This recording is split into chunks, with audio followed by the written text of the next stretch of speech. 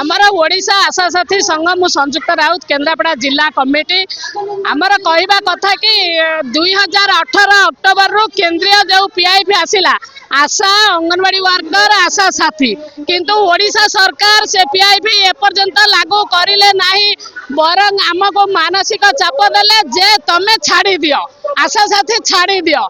आमर केवल गोटे दाबी मुख्य दाबी रहउची जे केंद्रीय पीआईपी लागू करबा आशा मान को हैंडहोल्ड सपोर्ट देबा आमर काम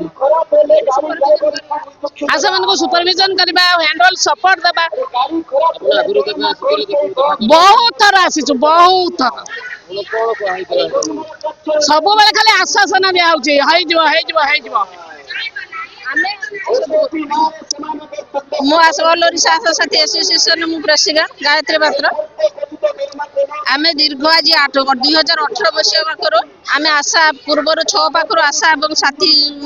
आशा काम करूँ 2012 रे आशा साथी रे सिलेक्शन हेलु 2013 रु आमको ट्रेनिंग दिया गला 2013 रु 18 पर्यंत आशा और आशा साथी दुईटी आमे काम कलु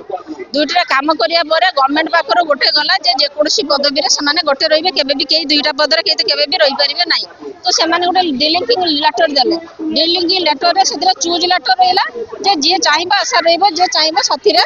रहिबो तो आमे 2018 पाखर आमे आशा साथी रे रहिबो 2018 पाखर आशा साथी रहिया पाखर हमको सेते दिन नु बैमुत्री भाग को हमको देखा गला काहे कि ना आम प्रति आ कोनोसी निया गला नाही पदक्षेप हमको हमर प्राप्य दाबी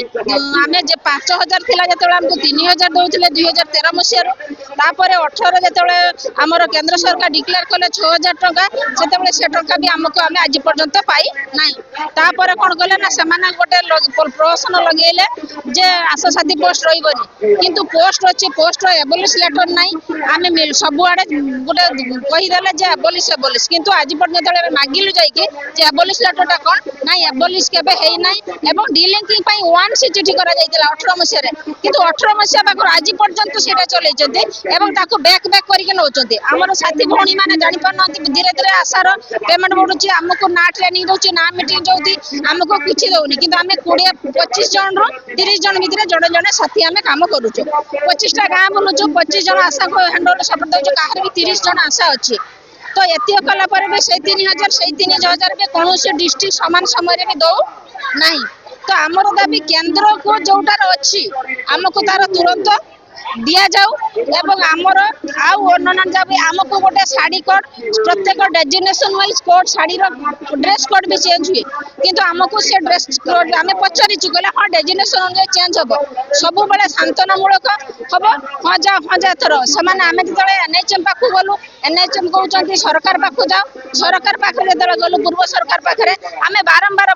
ग्रीवेंस आसीजो से ग्रीवेंस आसी तापर नुवा सरकार हला पाखरो हमें अगस्त मास पाखरो आंदोलन करूछु 12 अगस्त रे आसिलो पुणी 2 नरे पुणी रैली कलु पुणी 22